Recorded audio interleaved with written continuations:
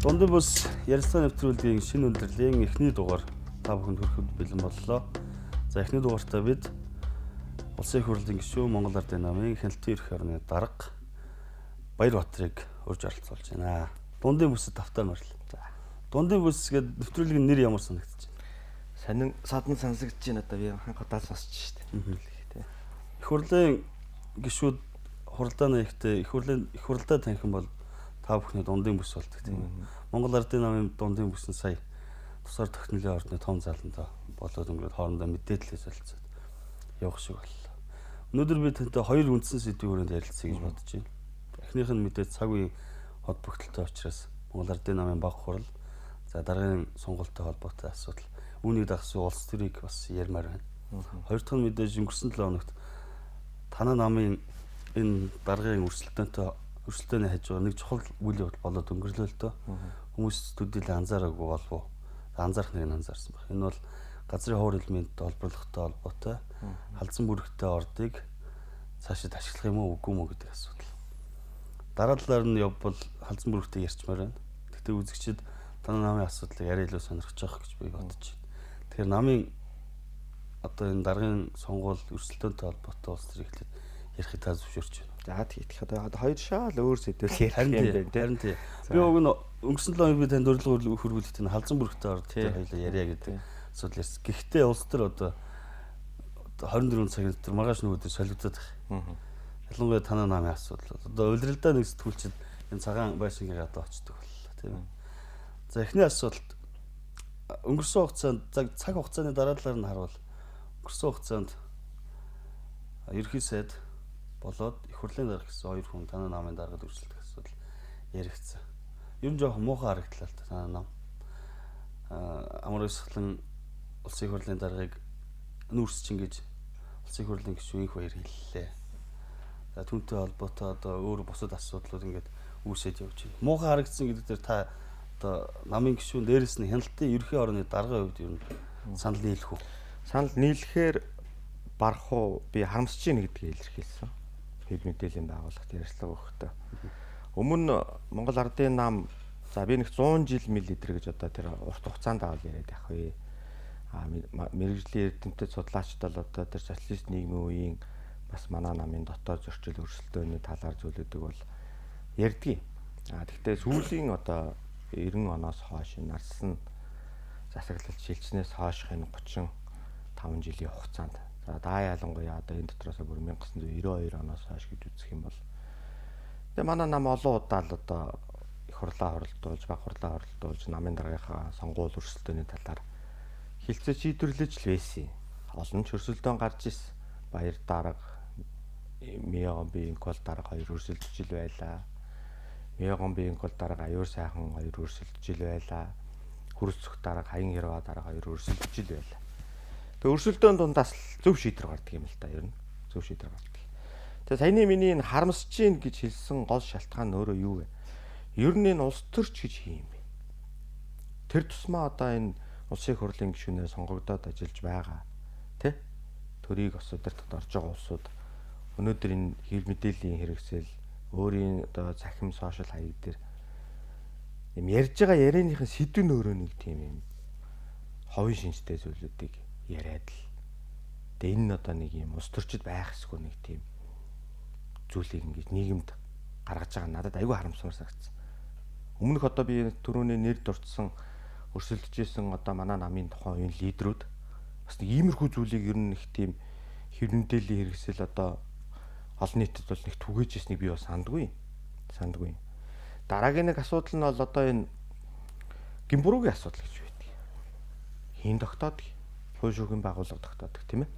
Гэтэл өнөөдөр ингээд маш олон одоо хэв мэдээллийн байгууллагыг цуглуулж хагаад л хүнийг одоо алуурчин гэж тий мангадгүй ч гэдэг юм уу байж болзошгүй ч гэдэг юм нөхцөл байдлаар ингээд мэдээлэл түгээсэнд бол энэ бол маш эмгэнэлтэй зүйл надад санагдсан. Тэгэхээр энэ дээр би бол 100% санал хэлж байгаа.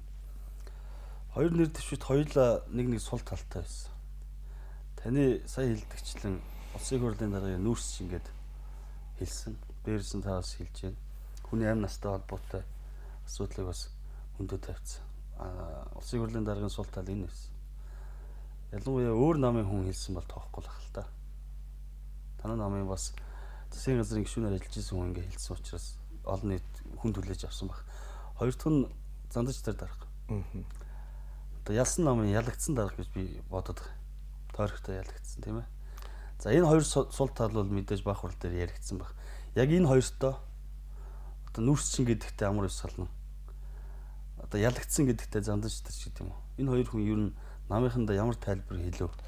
Тэ баг хурал дээр хоёр нэр дэвшигч баг хурлын гишүүдийнхээ өмнө бол нээлттэй асуултанд хариулж. За нийтдээ нэг бас нэг 30-аад баг хурлын гишүүн баг асуулт асууда.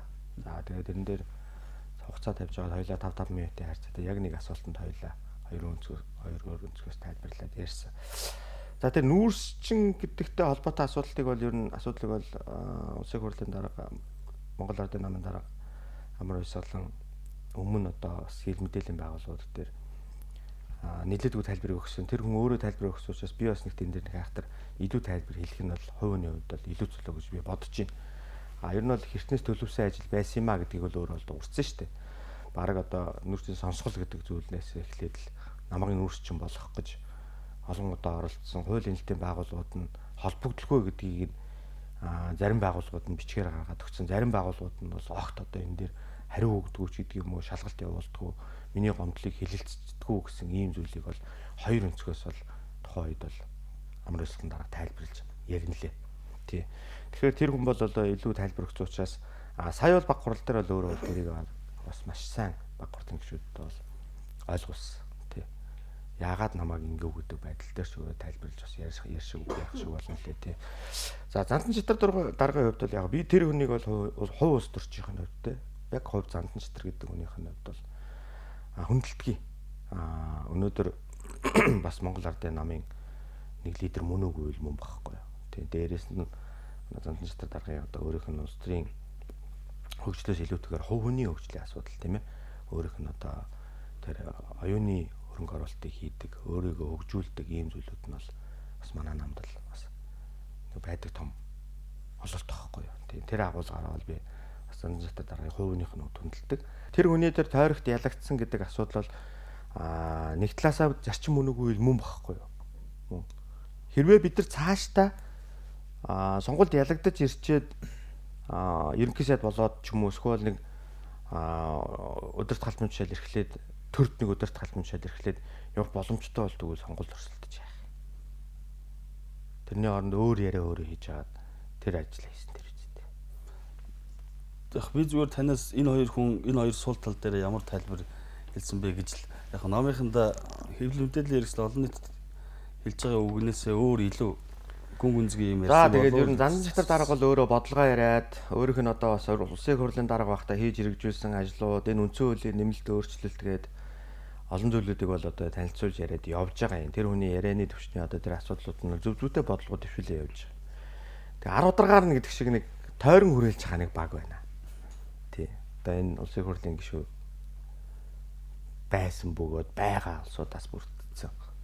Тэгээ тэднийх нь хэвлэл мэдээлэлд хийж байгаа мэдээлэл ярьцлага одоо энэ зүйлүүд нэг тийм сайхан кино ярьж байгаа юм шиг үлгэр ярьж байгаа юм шиг үнэ бодол мэддэхгүй яриад байгаа зүйлүүд нь өөрсдөө буцаагаад тэр дэмжих гээд байгаа хүнийхээ эсрэг дэмжлэг болчиход байгаа байхгүй. Энийг сая баг хурал дээр манай баг хурлын олон гишүүд ярьлаа шүү дээ. Тэр одоо бас тэгж ярих цөөх буруу гэж тийм. Ирэх хурж байгаа намын удирдлагын асуудал бүх хүндэлж чухал л та. Цаашдаа хэрэгжүүлэх нийгмийн эдийн засгийн бодлого гих мэтчил. Өнгөрсөн хугацаанд танай намын эв нэгдлийг зохион байгуулалттай бөгөөд байгуулалтгүй байдлаар ингээд юу яаж байна? Буснуулж байна гэдэг асуудал бас яригадаад байна тийм ээ. Амрын сахалтан дарга бас хэвлэл мэдээллийн хэрэгсэлд мэдээлэл өгөхдөө бас ноцтой зүйл ярьсан. Их хоёр гишүүн бас ноцтой зүйлүүд ярьлаа. Хоорондоо пост хүртэл бичилслээ шүү дээ тийм ээ. Энэ өөрөө одоо нөгөө нэг танай намын дүрмд заасан ёс зүйн хэмжээг зөрчиж байгаа асуудал мөн үү гэж нэгдүгээр зүйл. Би бас энэ танай намын дүрмийг харсан л та. Үндсэн дүрмийн 9-р бүлэгтээ хяналттай асуудал байд юм байна лээ. Тэгээ элтэд ёс зүйн зөрчил гаргасан, ашиг сонирхлын ностой зөрчил гаргасан, авилгын хэлэх хэрэгт холбогдсон гэдэг нэг 3 залт байна л. Танаас яагаад ингэж сууж ихээр та бол Монгол Ардын намын хяналтын ерхий хорооны дарга учраас Энэ ерхий ороод энэ хүмүүсээ хөөхүү эсвэл хугацаагүй байдлаар намын гишүүнчлийн төдөлгөлжүүлэх үү гэдэг шийдвэрүүд гаргаа явуулдаг тийм.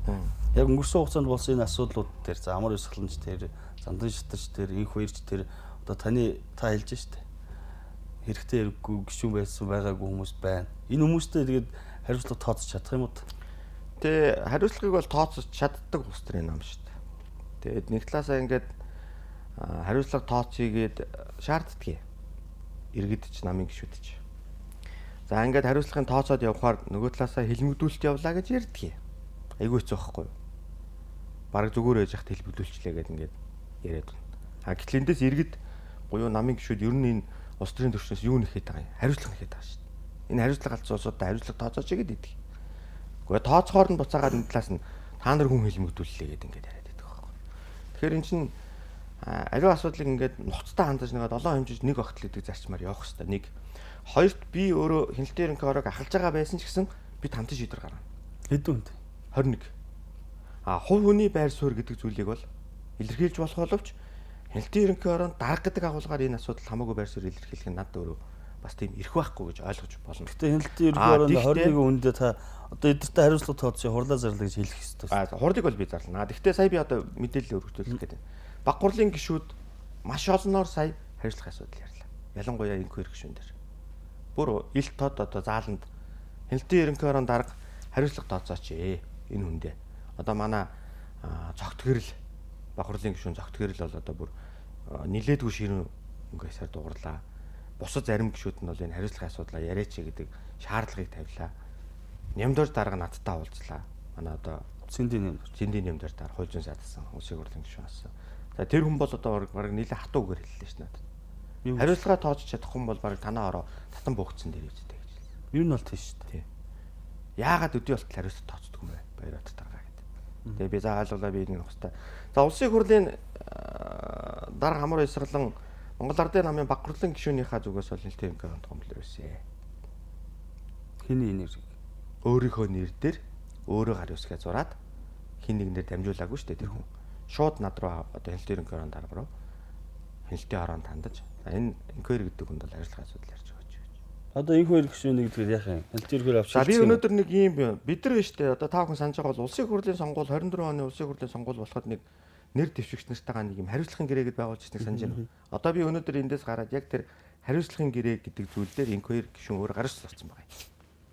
Энэ юу заасан бэ? Тий. Одоо би тэрийг сөхөж ярих гэж байна. За. Өнөөдөр ингээд эндээс хараад тэн дээр одоо улсын хурлын гишүүнээр сонгогдсноос хойш гэд нэг юм хэсэг бүлэг байгаа байхгүй юу? Нэр дэвшигч байх үедээ сонгогдчихвол сонгогдсноос хойш одоо гэсэн тэр зүйлүүдийг би өнөөдөр харж бас тэд дээр би өнөөдөр ерөнхий орооныхоо гишүүдэд бас зарим нэг гишүүдэд энэ дээр одоо үнэлгээ анализ хийгээд гаргаад ирээ гэдэг зүйлийг бас өгөх гээд байж байна. Бас нэг зүйл байна. Хов зөөдөг гэдэг нэг хэдэн гишүүдийн нэр хэлсэн те. Одоо танаа нам ерхэн нарийн бичгийн дараа Янгүүгийн Содбаатар, гадаад харилцааны сайд Баццэг,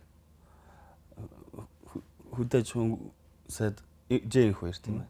Гээд нэг 4-5 хүний нэрийг хэлсэн шүү дээ те. Энтэй холбогдоод одоо хов зөөн гэдэг нь аюултай зүйл. Ялангуяа одоо үндэсний аюулгүй байдлын зөвлөлийн гишүүдийг хооронд нь хагаралтуулах асуудал бол өөрөө зөвхөн тэр хэдэн хүмүүсийн асуудал ерөөсөө биш. Монгол улсын тэр аюулгүй байдалтай ч холбоотой асуудал болоод хувирах ашуун дээр эрсдэлтэй. Яг ингээд хов зөөс үгүйг нь та тогтоох юм уу? Тийм үүрэг чиг байд юм танаа. За би тэр нэг хов зөөж байгааг нь яг хажуунаас нь харсан юм уу? Эсвэл сонссон ч юм уу? Яг миний хажуудаа дээр ингээд хов зөөг явж байгааг нь би хараагүй. Амар эсэл даргач гэсэн хараагүй юм байл шүү дээ. Тэгэхээр би бол нотолж хэлж чадахгүй. Зүгээр би юу гэж хардггүй гэхээр юу гэж одоо бодсон бэ гэхээр одоо манай хөдөө аж ахуйн сайд чинь тэгээд энэ дээр гарч байгаа л ахтай хэлнэ л гээл зарлаад байсан шүү дээ. Та нарыг ахтай хэлнэ. Ах нь мэдэхгүй шүү дээ. Мэдчихэл байгаа шүү дээ. Та нарыг ахтай хэлнэ. Та нар миний юу баг нөгөө хөдөө аж ахуйн салбарын асуудлыг яалаа гэдэг нэг гурилтай холбоотой нэг асуудал нэг хэсэг явуулсан шүү дээ. Нэг татвар матар болж байгаа чинь нэг ууралж гарч ирээд их хурлын наан хөдөлгөөний танхимын үүдэнд нэг хэвлэлийн урал хийж яхтал одоо улаан цагаал одоо би та нарыг хэлнэ л гэдээсэн шүү дээ. Одоо хэлсэн л билгүй дээ. Та гэхдээ ер нь би гэхдээ тэр хов зөөн гэдэг бол ер нь эр хүнд бол нэг тийм байх хэрэгтэй асуудал биш ээ. Асуудлын үе сайхан нүүр харж ярьчих хэвээр. Зодолцооч чамаагүй сайхан асуудлынхаа ард гарчдаг л байх хэрэгтэй байхгүй юу? Тэр зам Монгол ирчүүд. Тэгэхгүй тэгээ хоёрын хооронд ингээд аавтай хэлнэ, ахтай хэлнэ, тэрэндээ хэлнэ гэдэг ингээд нэг юм гоншгонж гүгээд байдаг чанар бол нэг тийм сайн зүйл биш. Тийм. Ялангуяа өдийн насны залуучууд бол сайхан үзчих хэрэгтэй байхгүй тэрний хооронд. Тийм үстэй. Мэдхгүй зодолтой хэрэг байгаа юм. Ам амаараа учруулчих болно үстэй. Гэхдээ тэгээ одоо болохгүй бол одоо манай залуучууд ярьдэн шүү дээ. Сайхан ширээний ард суужгаад асуудлаа яриад нэг талдаа гарчих сайхан сэтгэл гэж ярьдаг. Нийлүүл нийлэхгүй л. Болохгүй бол гарчий гэдэг. Заавал нийлэх гэдэг шаардлага байхгүй шүү дээ. Энэ бол тийм. Таны ярианаас хандлага нь харж л байна л та. Би танаа ер нь хоёр хуваагдсан юм байна уу? Та бол одоо жишээ нь энэ талтай ярьж байна. Одоо инх хоёр гишүүн, хоёр инх хоёр жижиг өндөр нам хоёр инх хоёр гишүүн ч гэдэг юм уу. Ингээд хуваагдаад ер нь явцсан юм байна.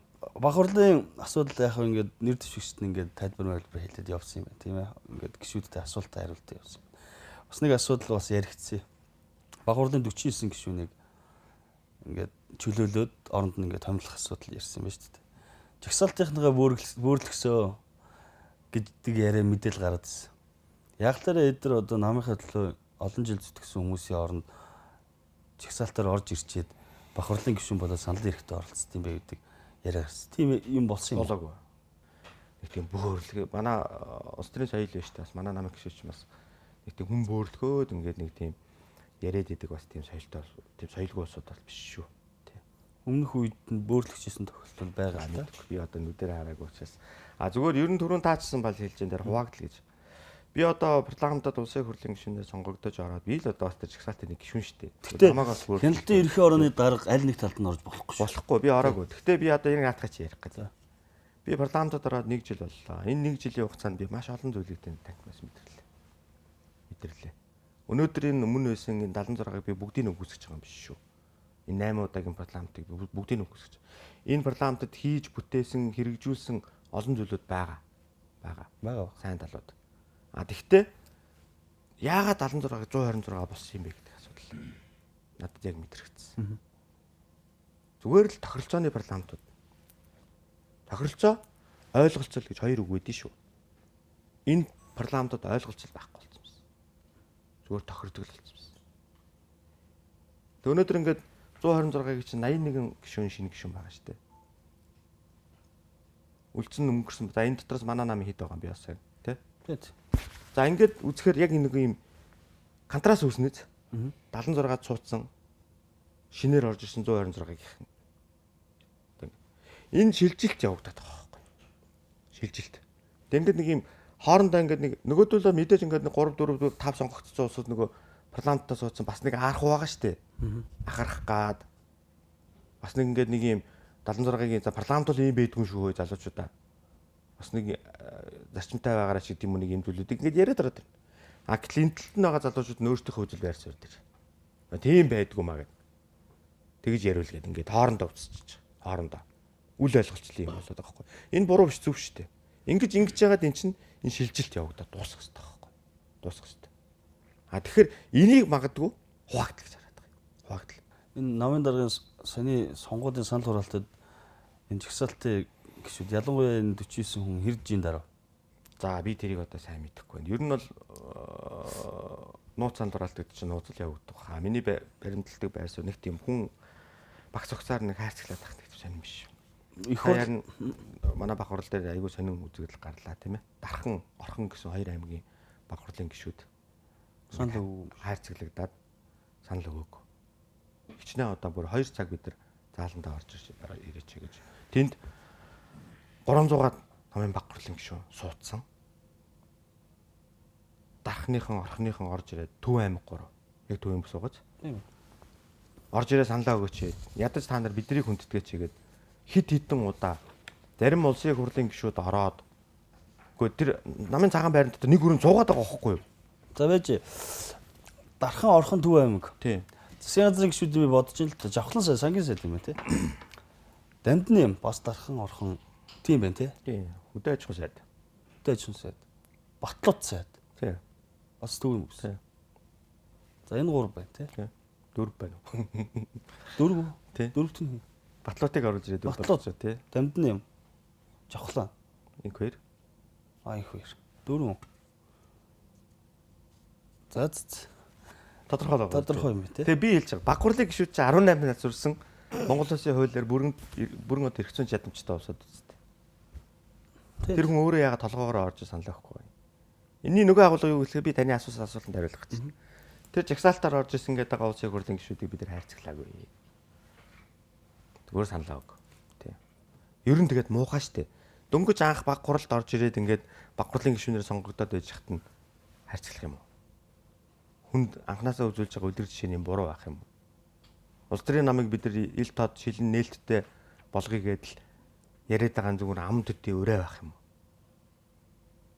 Ажил болж хэрэгжих хэрэгтэй үстэй. Тий. Тэгээ би одоо энэ саяны 3 аймгийн баг хурлын гишүүдтэй бол би хатуу шүмжлэлтэй хандж байгаа. Дараадаач би энийг ярина. Олон нийтийн өмнө ярина. Танхимынхаа тэргүүнийг дахиад намын дарга болгоход энэ 4 хүн ажилласан юм байна. Энд дээр нэмээд хүн байна уу? Эсвэл бүр нөгөө талаас одоо энэ Зандаж тэр гэдэг хүн Монгол Ардын намын дарга болох эсвэл гэж дуурсан засгийн газрын гишүүн байна уу? Байсан уу? Учир сайд ил тод хэлсэн шүү дээ. Нэг үжилсэн. Танхимынхаа зарчмыг өрөмтлнэ. Би Зандаж тэр даргыг дэмжинэ гэж. Тий. Тэр хүн ил тод. Гэтэ энэ дэр нэг юм зүйл байгаа шүү. Тэр танхимын зарчим чинь засгийн газартай болчихлоо. Энэ намын даргыг сонгол явагдаж байна. Хоёр шаал ондоо асуудал واخгүй юу? Тий. Хольжлохгүй واخгүй юу? Нэг талаасаа. Нөгөө талаасаа би танхим саналаагүй явжсэн. Өглөө үр зайтал суугаад саналаагүй явсан маань Жорж сүрэн сайд, дэлгэр сайхан сайд байж лээсэн шүү дээ. Одоо цааш яг баг хурал дээр асуудлаа шийдэе гэдэг энэ даргын асуудлаа шийдчих шиг байна. Энэ 45 хоногийн дахиад сунгая их хурал дээр шийдэе гэдэг бас саналууд бол гарсан юм байна тийм ээ. 45 хоног дахиад үргэлжилсэн бол танахын ч одоо баг бие биенийг шоронд хийгээд цовдлаа. Би энэ одоо энэ ёс бус одоо энэ хүмүүс одоо ингээд өнөөдөр нөхцөлөд ийм байдалтай өртсөн байхад энэ 45 хоногийн хугацаанд энэ ардын намд хэсэггүй. За дараа нэг асуудал байгаа. 2 удаагийн санал хураалт явсан даргын асуудал дээр. Баг хурлын гишүүдийн одоо санал өгсөн хүмүүсийн 3-2 юм байна шүү дээ. Би одоо нийт гишүүдийн боддоодсон чинь ердөө болохоор л явах байсан юм байна. 3-2-ын саналыг хинж аваагүй юм байна ихний санал хураалт. Дараа дахиад санал хураагаад хамгийн олон санал авсан нэр дэвшигчдээр дахин санал хураагаад ингээд 3-2-ын саналыг ингээд явуулах юм байна тий. Энэ процесс чинь тэгээд улс төрийн намын тухай хуулиуд бусад холбогдох хууль журмуудтай нийцэж байгаа юм уу нийцэхгүй байна.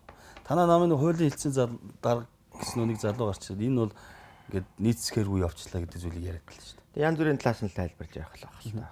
Улс төрийн намын тухай хуулинд намын үйл ажиллагаанд баримтлах зарчим гээд өнгөрсөн хугацаанд ч байсан өмнөх хуулинд ч байсан одоогийн хуулинд ч байгаа нэг талд нууцаар санал хураалт явуулах гэж. Манай намын дөрөвд байгаа. Хүний асуудлыг хэлцэхдээ заавал нууц санал хураалт явуулна. Би шулуухан хэлье. Наад хоёр нэр дэвшигч чинь дахиад хоёулаа 10 удаа санал хураалтанд оролцсон ч аль нь ч 3-ны яриад байгаа хгүй заа. Энд их тийм айхтар зөрчөөд ингээд юм байхгүй. Дээр нь тэр та ярьлаа тэр манай дөрөнд хуралд оролцсон гишүүдийн 3-2 санал хэрэгтэй гишүүд тий. Тэгэхээр нийт гишүүдийн биш шүү дээ. Оролцсон гэдэг үг чинь бас оролцохгүй байх боломжийг нь бид нар өгөөд шүү дээ. Тэр хүн дэмжихгүйгээ илэрхийлээд хуралд оролцохгүй гэж.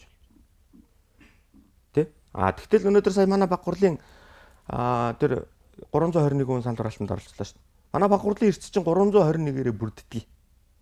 Юу 3-2-оор бүрддэг. Эрс нь. Тэр 321 чинь 292-оор бүрөө 92-ээс баха би буруу та ярьж магадгүй 3-2-оор эрсэндээ хүрсэн байхгүй юу? Тэгээд тэндээсээ дахиад санал хураалт явуулаад 275 дэмжигдээд 46 ингээд цаа уцгарч ирсэн. Ийм л үр дүн гарсан шүү дээ. Энд нэг тийм мэтгэлцээл буруу юу зөв үү гэд бид нар өмнө ингээд өндөөл явцсан байхгүй юу? За ингээд баг хурлаараа намын даргын асуудлаа шийдээд их хурлаараа батламжлаад дөрмөө улс төрийн намын тухай хуульд нийцүүлээд явах юм байна. Одоо гол асуудал баг. Та нэг нь хууль зөрчөөг, нэг нь хууль зөрчсөн гэж ярих нэг хэрэг. Нөгөө талдаа дээд шүүх гэж газар л баг. Тэнд очиж бүртгэх үү яах вэ гэд. Ардчилсан намын нэг намаг дондор нэг удаа нэг хэцүү бартад замаар арчилсан нам яваад нэг асуудал шийдлээ шүү дээ. Одоо энэ зам руу танах юм орох гэдэг юм. Би харин гайхаад байгаа. Нэг нэр бүхий улсууд манай Бямцах цайд, Инквер сайд, манай хуулийн хэлтсийн дарга гэсэн дэргүүтээ асуул. Дээчүүх бүртгэхгүй шүү гэл ингэж хэлээд байгаа юм. Гэхдээ дээчүүх өөртөө тэгэл тэр хуйлд олгоцсон эрх зүйн актрал явна шүү дээ. Тэр бүртгэхгүй асуудал тэндээ шийдэгдэг л дээ. Бүртгэхгүй л байна шүү дээ. Тийм. За цаашид тэгээд процесс яаж үргэлжлэнэ гэж харж байна таны хувьд? 11 дарга зааж байгаа. Амралсан дарга ингээд их хурлын батламжлах юм бол ерхий судлах юм уу? Яах? Энэ засгийн газар чинь дахиад унах юм уу? Та ер нь бас энэ намд олон жил явсан. Дээрээс нь хууль тогтоогч хүн байна. Энэ тодорхой зураг гарч л байгаа. За наантаа яг тэгн ингэнэ гэж би одоо хатуу барин тавь хэлж чадахгүй. Ягаад гэвэл намын дараагаар сонгогдсон дараагийнхаа бодлогуудыг бусад нөхдүүдтэйгээ ярьж байгаа шийдэх байх. Нийгэм бол ингээл янз янзаар таамаглаж байгаа. Өнөөдөр ингээд өнгөрсөн нэг хоногийн хугацаанд одоо засгийн газар огцрох юм байна. Бараг одоо нөө дараагийн засгийн газрыг чинь бүрдүүлсэн байл шүү дээ нөөглөө харсан чинь. Мэдхгүй та өөртөө зурсан юм биш. Мэдхгүй. Дараагийн засгийн газар бүрдүүлсэн тэр сайд энэ эдрэгээд зураг хөргийн тавьчихсан байл ш. Би одоо тийм хийж явдаг. Баг хурлын өмнө л тийм юм хийж явдаг хүн биш болохоор би мэдэхгүй юм байна. Тэгээ тэр нь тэгээд дараа нь яг тэргүүрээ болдгоо шүү дээ тэр зургаараа. Яана болчих үү те. Тэгвэл зөв бадарсан юм. Тийм. Зүгээр би таны бодлоо ч асуусан юм. Намын дарга ерхий сайд байсан зүгээр юм уу? Их хурлын дарга байсан зүгээр. За намын дүрмээрээ бол одоо тэгээд улсын хурлын сонгуульд олонх болсон тохиолдолд намын даргаыг ерхий сайд ерөнхий сайдад нэр дэвшүүлнэ гэж байгаа шүү дээ. Тэг байна ч гэж бас хатуу заагаагүй шүү. Тий. Тэгэхээр энэ процесс юмнууд нь тэгээд дараадаа л хамтын шийдвэрээр явах бах та. Миний байр суурь бол зарчим битээ алдараа л гэж бодож байгаа. Та энэ нийтлийн тухай ярьж байна. Амар уйсгалан Зандан Шидар хоёр баг хурлын дарга эвлэрсэн үү? Амар уйсгалан Зандан Шидар хоёр баг хурлын дарга эвлэрсэн үү? Тэдэнд ер нь эвлэрэх цаа үлдсэн юм. Баг хурлын дараа тэрээр уулзалтаагүй баха. Өнөөдөр уулзалтах байлгүй дээ. Эвлэрэх цаа байгаа. Тэр хоёр нэг хоорондоо ингээд нэг юм бүр арцалтаад бүр тийм зүйл болоогүй шүү дээ. Би дөрөв хэлсэн шүү дээ. Зандан Шатар гэдэг хувийн асуудал энэ биш ээ. Энийг тойрон хүрээсэн тэр нөхдүүд нь харин өнөөдөр эргээд уулзах нүргөө болтлоо явчлаа шүү гэдгийг л би хэлсэн. Гэхдээ тойрон хүрээлээд тэгж ярьж байсан хүн баг хурал дээр баг харагдаг юм. Ирээгүй шүү дээ. Яаж ирэх юм? Тэр чинь баг хурлын гишүүдийнхээ нүрийг яаж харах юм? Би байсан шүү дээ. Орж ирсэн шүү дээ нэг удаа. Хяраал хандагч тэр танхимын зүү хаалгаар л орж иж илээ. Гөлөн гэж орж ирээл санал өгчлөөр юм л шүү. Инх хэрэг шиг тий? Инх хэрэг шүнийг би хэлж байна. Юм үннээрээ сайх. Би тэгэхээр холоос хараа сууж лээ. Иш чаавастай гэж бодлоо. За хоёлоо нууцтай толботоос за яг ингээд хууль дүрмийн дүрмээрийг үргэлжлэнээс их хурлаа игээд дээчүүхэн бүртгээд явах асуудал болох болов. Тэгээд цаашдаа ингээд бүх юм тодорхой болоод ирнэ дээ. Эхний сэдв өндөрлөе. Одоо тест хөндлөн сэдвэрлэл хоёлоо гүйж орно. За энэ бол газрын хуур хэлмийн долбоорлоготой холбоотой асуудал, халдсан бүрэгтэй ордыг судлах, эрсдлийг нь тооцох гэдэг сэдвтэ ерхий хэлтийн сонсголт тийм ба. Ерхий хэлтийн сонсголт боллоо өнгөрсөн 7 хоногт. Та сонсголын даргалсан учраас тантай ярилцсан зүг болов гэж яс шийдсэн баг. Mongolian Re-Earth ямар үлээ нэг компани байна тийм ээ. Тэр нэрийн жижиглэх байгаа юм. Тий. Аюу урт нэртэй. Аюу урт нэртэй тий. Тэр компанид лицензд асуудалтай байсан үгүй юу? Энэс л яриа хэлээ. За 7 сарын 8-ны өдөр буюу наадам болохоос 2 хоногийн өмнө 2 байнгаараа хамтарч хуралдаад халдсан бүрэгдээ энэ орд дээр газрын хууль орд дээр хяналтын сонсголт зохион байгуулах товыг 9 сарын 23-нд хийж тогтсон. За тэгээд дахлагчаар намайг тавьсан. Сонсол даргалагчаар. Сонсол даргалагчаар. Тэгээд үндсэндээ ингээд 7-8 сар чи өөрөө энэ монголчуудын хувьд ямар сар хэлээ те. Баяр наадам амралт зугаалгын сар байдаг. Тэгээд тэр хугацаанд бол одоо тэгэл олон судалгаа хийгээл ингээл ажиллалаа. Би нэг 8-9 шинжээч томилооч явахтай одоо баг хүсэлтээ болж байгаа. Одоо урайд гэсэн баг оновчтой болоо гэж бодож байна. За лицензийн хувьд бол би тийм хуулийн зөрчилтэй зүйл бол манай шинжээчдийн гаргаж ирсэн дүгнэлтээр бол байгаагүй. Яг энэ газрын хуур хэлмийн толборлоготой асуудал дээр бич мэрэгжлийн хүн биш, тааж мэрэгжлийн хүн биш. Гэхдээ мэрэгжлийн хүмүүс нь судлаад гаргад ирсэн байна. Тийм ээ. Энд л бид нар итгэх хэрэгтэй. Өөрөө эндээ итгэх хэвд тийм үү. Яг газрын хуур гэхээр одоо хүмүүс яг газрын хуур хэлмийн тэгэхээр юу юм бэ гэдгийг иргэдийн дийлэнх нь мэдэхгүй шүү дээ. Би судалгаа хийсэн. Судалгаа хийгээд үзэхдээ иргэдийн дийлэнх нь мэдэхгүй. Гэхдээ миний ойрын хүмүүс хүртэл газрын хуур чи алт биш юм уу гэж надад асууж байгаа юм. Бид нар чи алтал гэж бодоод байсан шүү дээ. Тэгээ маш энгийн хэлбэрээр би тайлбар. Таны над гар утасны дэлгэцсэн шүү дээ. Өдөр болго үзэж байгаа зурагтны чинь дэлгэцэж чинь газрын хавраас боддог шүү дээ. Оо, ийм юм байсан юм уу гэж одоо ойлгож эхэлж байгаа. Тэгэхээр бид нар эрдэнэтэй судлаачтайхан гаргасан төгөлөнд итгэх ёстой шүү дээ. Бид нар чинь хаа очиж харин явцсан ашиг сонирхол илүү дутуу юмд өртөдгөө хүмүүс байл шүү. За газрын хуур хэлмэд гэж яг юу юм? Би бас зөв лицензийн төрүүлж асуугаад асуудалгүй гэж цаашаа ярин тоор гэж бодсон. Яг ямар юм бэ? Би одоо ойлгохдоо тэр нэг энэ цахилгаан машины мотор, энэ чихэвч мэхэвчэнд холбоотой их л чухал түүхийд нь бол маш илбэг гинэ газрын хуур хэлмэд. Дөнгөт нь яагаад ховор гэж нэрлсэн гэж би ихнэд нэрнээс нь бодсон байхгүй. Дөнгөт Менделеевийн үеийг системийн одоо 108 элемент байгаа шүү дээ. Энэний 17 дээр газрын хуур элементэд хамаардаг юм байна. Одоо жишээлбэл халзан бүрэгдээ орд чинь түрүүний 17 элементийн чинь нэг 6 нь байна уу та. 6 нь одоо жишээлбэл халзан бүрэгдээ орд байна л гэж үзэж байгаа байхгүй. Тэгээд ил юм бил шүү дээ. Ингээд би халзан бүрэгдээ 1000 сумд очиод тэр халзан бүрэгдээ уулан дээр нь гарлаа шүү дээ. Ар хөрөн гэдэг уул юм билэ. Халзан бүрэгдээ уул нь яг урдлынх нь уул юм билэ. Ар хөрөн дээр нь гараад тэгэхээр газраас нь чулууг аваад одоо энэ газрын хавар шүү дээ.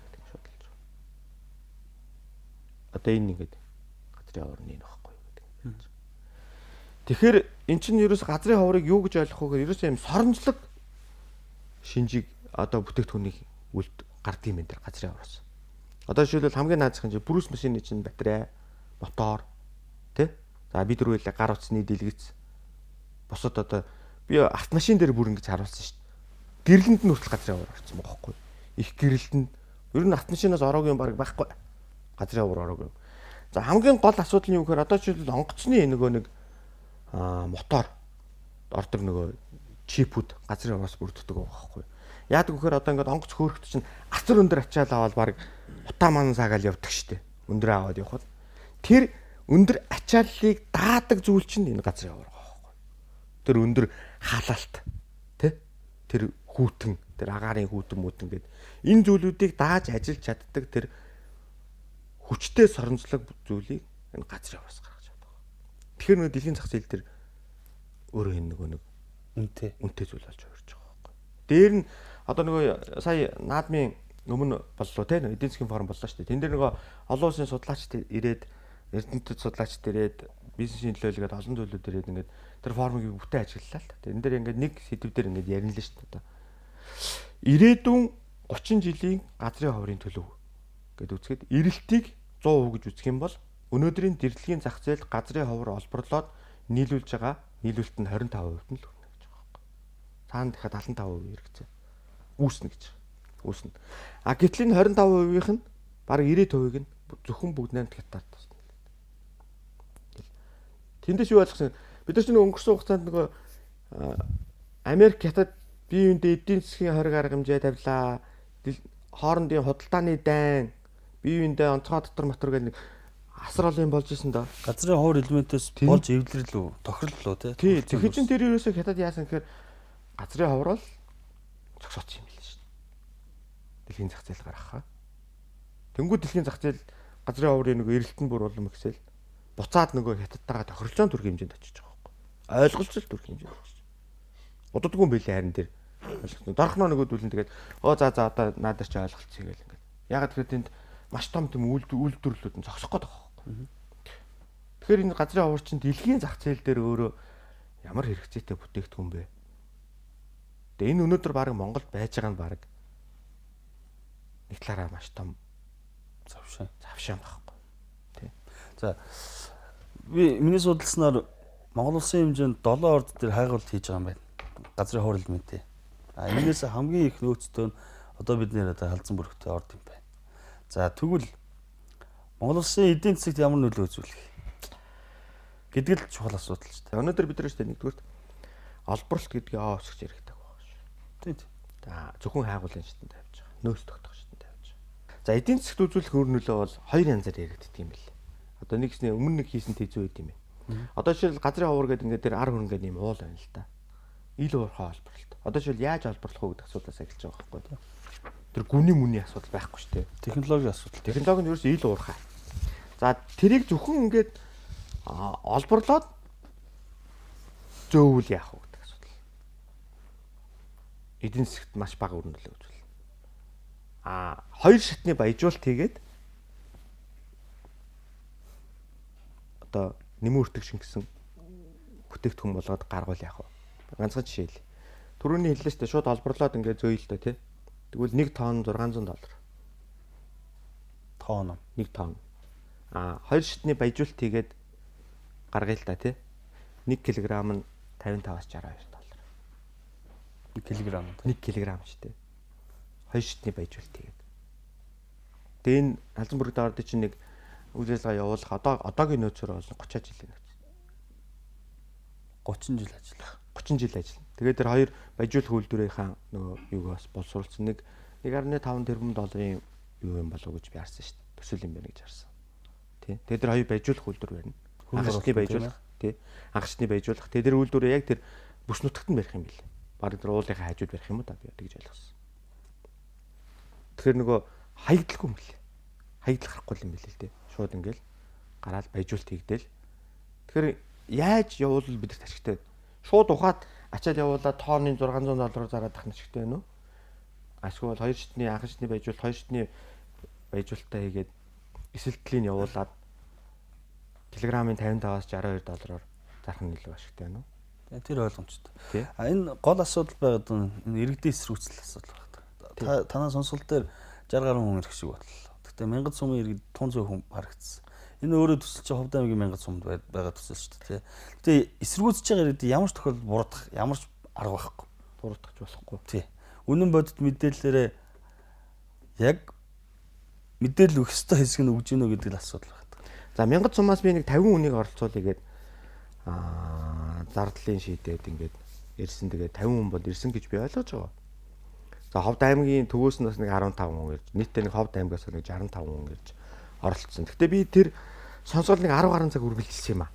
Тэгээ тэр танкив бие шүү дээ. Нэгдүгээрт энэ одоо уул усаа хамгаалаад хайрлаж байгаа нутгийн иргэдийн төлөө. Хоёрдугаарт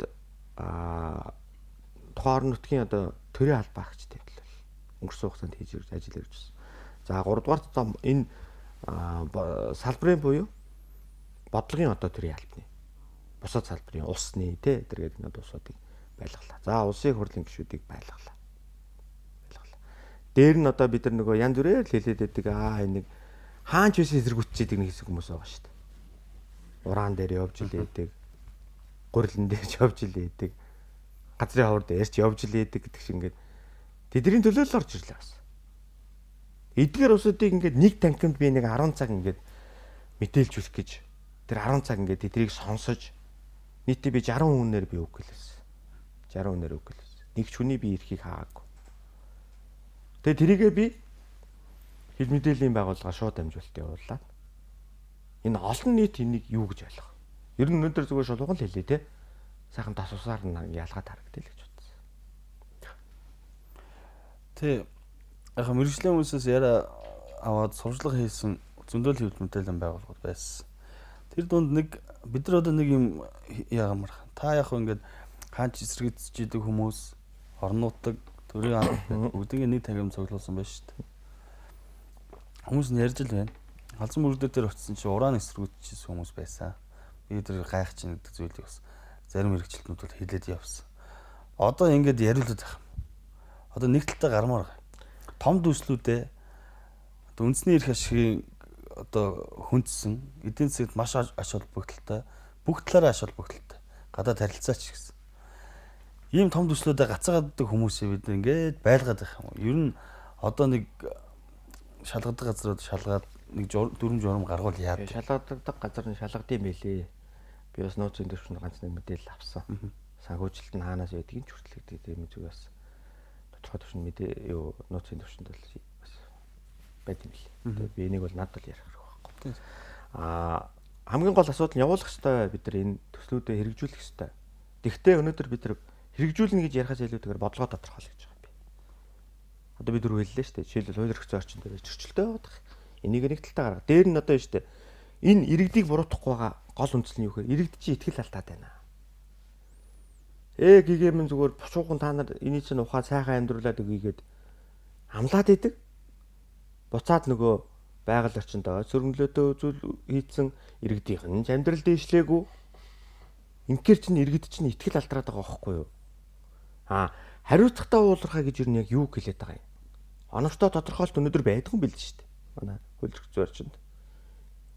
Наандж энийг тодорхойлгоод гэтэл өнөөдөр үнэхээр хариуцлагатай уулуурхаа эрхэлж байгаа олон аж ахуй нэгжүүд байдсан байна. Нөгөө талаараа. Юм болгоныг бас муугаар харж болохгүй.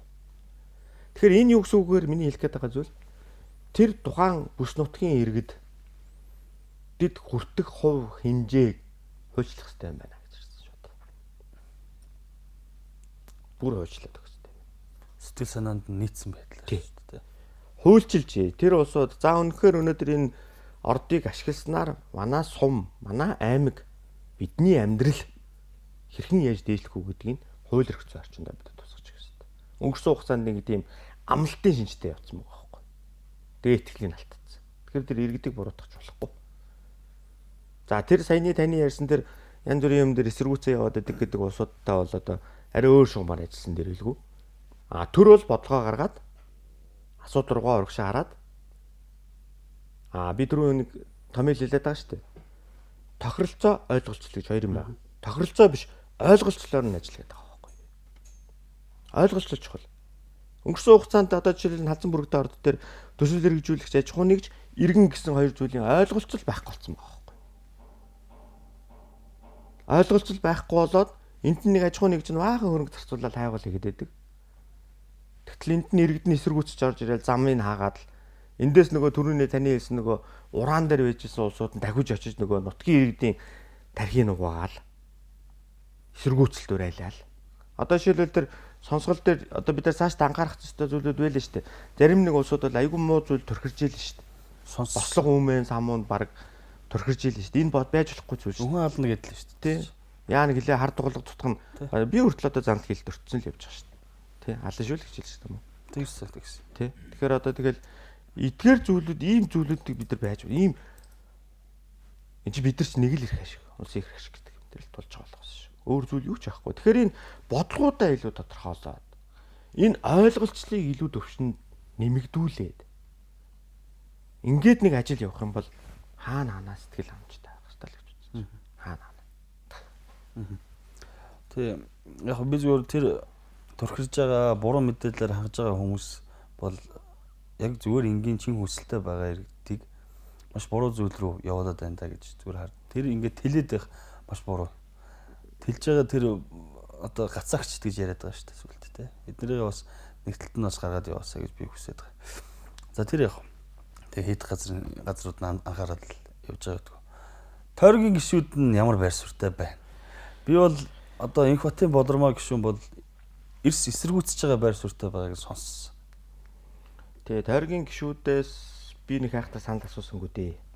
Ер нь бас эмзэг асуудал ахгүй хэцүү. Тэр аймгаа сонгогдсон улсын хурлын гишүүд бол би нэг байр суурийг асуух нь бол яг илүү цолоо гэж бодсон. Зүгээр өөртөө орж ирээд бол одоо дэмжиж байгаа эсэргүүцэж байгаа байр суурийг илэрхийлэхэд нээлттэй байсан. Тэр агуулгаараа л одоо манай Бодрмаа гишүү бол эсэргүүцэж байгаа байр суурийг л одоо илэрхийлсэн шүү дээ. Тэрнээс бол би Мэд сайхан гишүүн сууж лээсэн, бямц сайд сууж лээсэн. Тэр бол нэг бямц сайхан сайд нэг асуулт асуусан баг. Гишүүн асуулт асуусан баг. Бямц сайд бол сонсож байгаад гараа явсан. Тэ. Тэгэхээр нөгөө тэр улсуудын байр суурийг бол би өөртөөс нь асуугаагүй учраас нэг хайхтар энд илэрхийл, өмнөөс нь илэрхийлээд байгаа хэрэггүй байх гэж бодож байна. Гэхдээ ер нь зүгээр хувь хүний байр суурьч бай, тойргийн гишүүний байр суурьч бай бид нар юун дээр ч байсан гэсэн л миний түрүүний нөгөө ойлголцолж болох. Тэрнээс одоо юу гэдгийг олборлоно гэж хэлснээрээ тухайн тойргийн гишүүн олборлохыг дэмжнэ гэж хэлснээрээ тухайн тойргийн гишүүн ард түмэндээ адлуулахгүй байх хэмжээнд. Бас олборлохыг нь эсэргүүцэж байна гэж хэлснээрээ аль нэг талдаа бас адлуулахгүй байх хэрэгтэй. Тэгэхээр энэ чинь ерөөсөө бүх зүйл бид нар ингэж ойлголцлоор л явах хэрэгтэй. Тэр янз бүрийн байдлаар үнэн зөв удал мэддэхгүй мэдээлэл тарааж байгаа улсууд бол айгүй хортой юм билээ. Айгүй хортой. Мэргэжлийн усууд нь хэлээд байгаа шүү дээ. Одоо манай нэг шинжээч бол хэлсэн шүү дээ, тий. Бүр хордъё гэж бодоод халзан бүрэгдэн дээр одоо ордтойгаа уулан дээр нь очиод цооногн дээр нэвтий гэж байгаа шүү дээ бүр. Ямар ч бодис солилцоонд орохгүй гэдэг чи юу ч идэхгүй усч байхгүй. Байхад нэг 69 жилийн дараагаас хордгийн шинжилэрнэ гэж. За тэгэж өвчсээр хагаад 180 жилийн дараа гэсэн баха. Тэгс. Би сонссон. Амь насанд нь учирна гэж. 180 жилийн дараа үхнэ гэсэн. Үхнэ гэж байгаа юм тий. Тэгэхээр энэ нөгөө бүх юмдаа харьцуулсан шүү дээ. Одоо жишээлбэл нөгөө эрентгэнтэй хүртэл харьцуулсан. Бид нар ч ингээд нөгөө би бүр нөгөө тэр эрентгэнтэй хүртэл эрентгэн дотор ингээд нэг хоёр төрлөөр нь ангилж ярьсан байхгүй манайха. Яасан гэхээр одоо бидний чэйжний эрентгэн зураг авахулна гэдэг нэг зогсдог шүү дээ. Тэр чинь бас хөрх уддаг шүү дээ. Амьсгаагаа дүгжээрээ яамаа гэдэг. Тэрнтэй бүр харьцуулшгүй заяа. Зөвхөн бид нэр одоо шүдний эрентгэн зураг авахулдаг шүү дээ. Пак гэж гоо. Тэрнээс хор багтаа гэж байгаа. Би тэгээд одоо нөгөө бас тэнд ингээд нэг эсэргүүцээд байгаа улсуудаар ингээд уулзлаа л да. Уулзаад явж. Тэгэхээр тэд нар ингээд аюу тамхитдаг усуд л. Бараг миний хажууд байж захтал 7-8 тамхитчихж байгаа байхгүй. 1000 дутуу. Тий. Тэгээ би ботсон байхгүй. Энэ байглаас илэрж байгаа цацраг энэ өөрийнх нь тамхи татж байгаа нэг тамхинаас нь ор багтдаг. Онгоцонд нэг цаг нисгэд ямар хэмжээнд хүн цацраг төртөгдгөө тэрнээс хамаагүй баглаа. Харьцуулшгүй. Гэтэл тэрийг ингээд аваачаад ураан гээд бүр ингээд толгойг нь угаагаад бараг л одоо ингээд хордуул залах гэдэг юм. Малын ургийн гаж мал одоо гажигтай төрөөд юм гэл ингээд. Иймэрхүү зүйлээр ингээд нэг тархуугаа таалуу аюу сан тааламжгүй байдал үүсгээд байгаа юм л да. Иргэд өөрөө тэрэнд өөрөлдөд. Та би яг надад ч асуух гэдэг. Та сонсгол даргалагч хийгээд бас өмнө нэлээд удаан хугацаанд судалгаа хийгээд мэржлийнхэнтэй уулзаад ингээд судалгааны дүүн хараад явсан. Эсрүүцэж байгаа бүгдээрээ ч биш байх л та. Тодорхой бүлэг хүмүүс бол эн чинь уран штэ. Уран олборлох гэдэг нэг асуудал яриад байгаа. Дээрээс нь яг энэ цацраг итгэх юуны цацрагийн нөлөө яаж нөлөөлөх вэ? Сэргээр нөлөөлж чинь. Тэгвэл нөгөө нэг намайг жоохон багт л ярьдаг ус нэг 3 үлтэй, 4 үлтэй, 5 үлтэй, 6 үлтэй гэх ишиг хон мал ингээд төл гараад байна гэдэг зүйл яриад. Энэ дээр та нэг хэлчмээр байгаа. Уран юм уу биш юм уу? Уран биш. Тий. Уран бол биш. Зүгээр л ашигт малтмал байхгүй. Газрын өөр элемент үе ашигт малтмал. Уран биш. Дээр нь би бас нэг юм иргэдийнхаа нэг шүүмжлэлийг дагуулсан нэг зүйлийг би хэлсэн юм аа. Санаж байна уу? Адууны туураагаар дамжаад хортоо ус зүү аймаг руу ороод ийн гэдэг хэлсэн юм. Тэг яг би тэрийг ер нь баг зориуд дээр тэгж хэлсэн юм аа. Зориуд дээр тэгж хэлсэн. Яагаад тэгж хэлсэн бэ гэхээр яг би одоо буруу зүрх ойлгосон хүмүүс байл бас танаа дэлгэцээр дамжуулаад асууж хүсчихье. Малын хоёр өвчин байдаг. Нэг нь халдварт өвчин, нэг нь халдваргүй өвчин гэж байдаг. За халдварт өвчнийг бол хүн бүхэн мэдчихэж байгаа тийм. Шүлхий, цэцэг гэл өвчнүүд байдаг. Тэр өвчнүүд дээр бол одоо яагаад анхаарал өгдөг вэ гэхээр тэрний чинь ард нэг вакцины нийлүүлдэг бүлэглэл гэдэг байхгүй юу? Эдийн засгийн хувьд ашигтай байгаа даа. Тэгэхээр анхаарал өгдөг. Би мэрэгжлийн эрдэмтэд судлаачтай уулзаад энэ талаар нэлээдгүй ярилцсан юм аа. Нөгөө одоо өвчин ярих гэж би халдваргүй өвчин гэдэг. Тэрний яриад байгаа ургийн гажиг байхгүй юу? Юунаас олж үсээд цус ойртолт гэлсэн шүү дээ. Малын чанаргүй байдал ахгүй юу? Тэрний хамгийн гол асуудал одоо би ярих гэдэг юм дээр. Бид нар одоо жоохон байхад өвс яаж ордог вэ? Бага байхад. Өндөр сайхан өвснүүд ургаа. Одоо тийм өвстэй газар байна уу? Өмнөдгүй ойр төдөө явуулсан. Ер нь байхгүй. Тий. Байгаль цагуурын юм дэлхийн байгаль цагуурын юм өөрчлөлт явагдаж байгаа. Нэг. Хоёрт нөгөө Бямби Яринжингоо нэг гоё үг гэлсэн байдаг шүү дээ. Манай мал өвсөө идээд 400 гаруй төрлийн витаминыг биедээ агуулад тэр малынхаа махыг бид нар иддэг учраас бид нар тийм нэмэлт витамин авах хэрэг байдгүй маа гэж хэлжсэн. Тэр сайхан үг өнөөдөр домог болчих. Яг үнэхээр тэр эрдэмтдийн гаргасан судалгаан дээр малын хөлөөр машины дугуугаар энэ ургамлын халдварт өвчин яваад байгаа байхгүй. Ургамлын. Нөгөө бидний ярьдаг нөгөө зэрлэг. Тэгээ би тэрийг л нөгөө албаар олонний анхааралд хүргэхийн тулд би албаар тэгж хэлсэн. Тэрийг одоо манай ялангуяа уяачд адуу малдаг одоо адуучд маань буруу ойлгоцсон байх шиг байлаа. Тэгж яахгүй бол өнгөрсөн айгүй олон жилийн хугацаанд энийг яриад өнөөдөр салбарын яам тоогоогүй мэл. Тоогоо. Энэ судалгааг хийчихье. Аймаг болгоор нь хийчих гэсэн байгаа байхгүй юу? Энэ аймгийн өвс нь ийм эрдэс бодисууд агуулж ийн, ийм эрдэс бодисууд агуулаагүй байна. Энэ малынх нь маханд нь ийм эрдэс бодисууд байна, ийм эрдэс бодисууд нь дутуу байна.